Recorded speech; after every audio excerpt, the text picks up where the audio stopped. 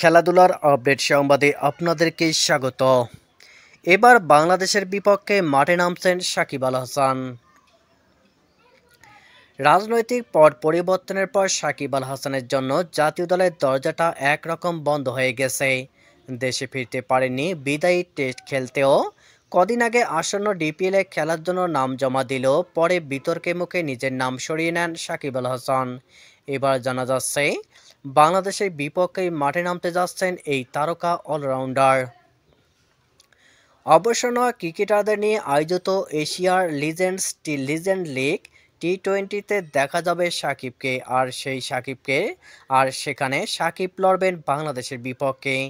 আগামী 10 মার্চ শুরু হতে যাওয়া এই আসরে এশিয়ান স্টার্সের হয়ে খেলবেন সাকিব, যা সামাজিক যোগাযোগ মাধ্যমে নিশ্চিত করেছে টুর্নামেন্ট কর্তৃপক্ষ।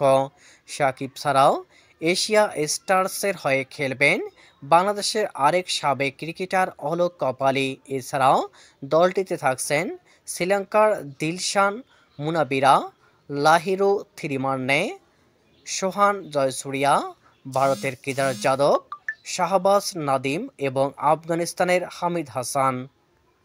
অন্যদিকে আসরে বাংলাদেশ টাইগার্স খেলবে, যেখানে দলটির হয়ে বাংলাদেশকে প্রতিনিধিত্ব করবেন তামিম ইকবাল এবং মোহাম্মদ আশরাফুলের মতো সাবেক তারকারা।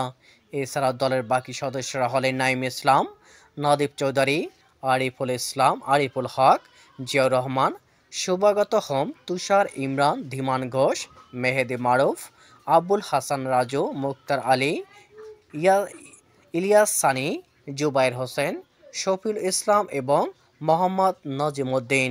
সেই টুর্নামেন্টই বাংলাদেশের বিপক্ষে মাঠে নামবেন সাকিব। আগামী 12 মার্চ বাংলাদেশ টাইগার্সের বিপক্ষে মাঠে নামবেন এশিয়ান স্টার্স, আর সেই দলের হয়ে বাংলাদেশের বিপক্ষে মাঠে নামার কথা রয়েছে সাকিব আল হাসানের।